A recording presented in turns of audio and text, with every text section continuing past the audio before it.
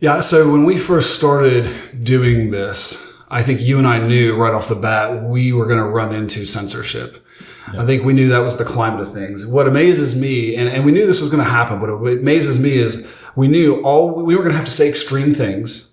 We weren't going to have to say crazy, wild things. No. All we were going to have to do is teach from the Word of God, just say some Christian viewpoints out loud, and we were going to run into oppression and censorship, and we definitely have.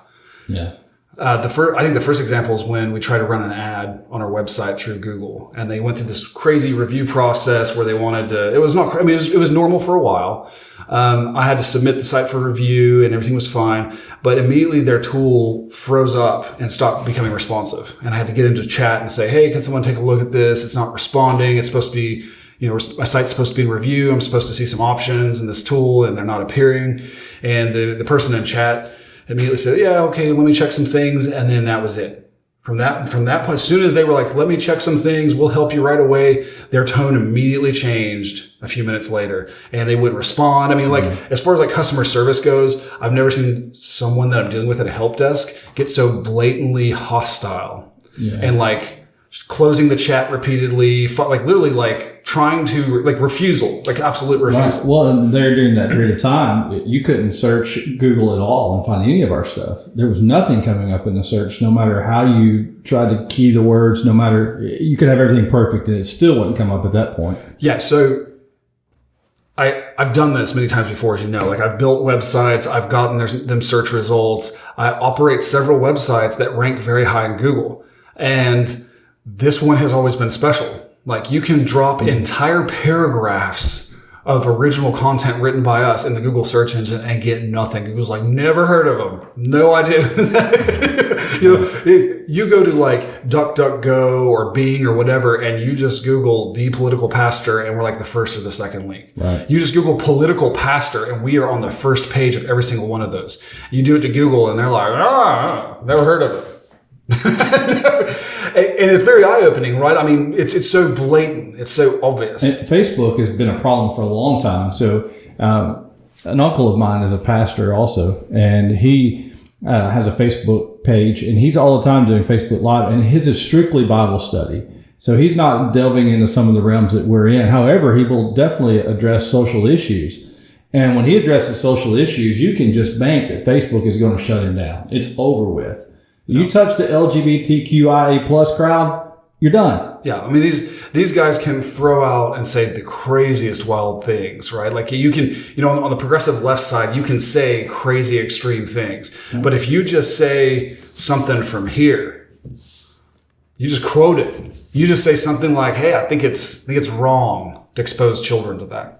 Yeah. Right. I mean, because that's the Google ad that was rejected. It was just hey, I think it's wrong to expose children to these drag events. And that was objectionable enough to get us totally flagged and marked. Oh, one of our Facebook ads, Facebook wouldn't run an ad that simply talked about Christianity and being demoralized. Now, this one bothered me. This one bothered me the most because here's a video, and we'll put it in the link, right? Here's a video. All the video says is that Christians have been demoralized and is trying to encourage Christians to stand up and to be themselves. Definitely nothing inflammatory. We didn't talk politics. No. We didn't talk politics. We just said, hey, Christians, pick yourselves up, right? It was rejected. And what were the reasons they gave you for the rejection? I believe that one was it didn't meet business practices. I reviewed their business practices. It's ludicrous. They're not even trying.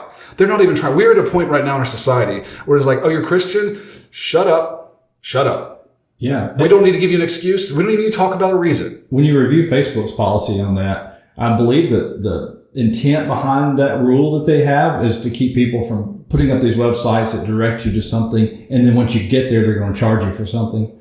And that was behind it. But of course, there's nothing to. We're not selling anything. No.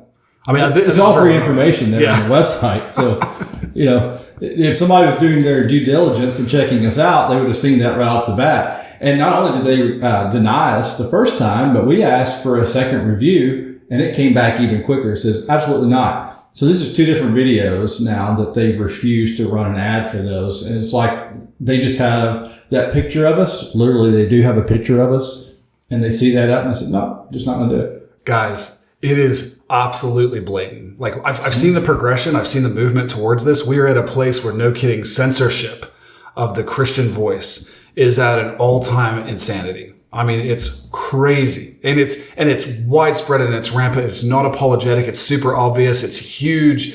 It's a huge trampling of the First Amendment. Well, and Google is one of the big offenders in this, and of course they control YouTube now. Oh yeah, which is theirs. Creates another problem. So they own YouTube. Yeah.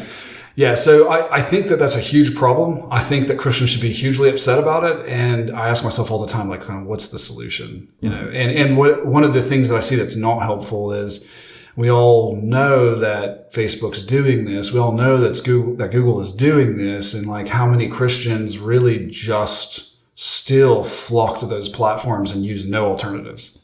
Well, they dominate the space, and so people naturally feel like they have to go to those places to get their message heard. And we're there. We're on those platforms as well. Being shut up. Well, and they will continue to try to do so, but that's not our sole place. Yeah. And so that's why we always want to send people back to thepoliticalpastor.com.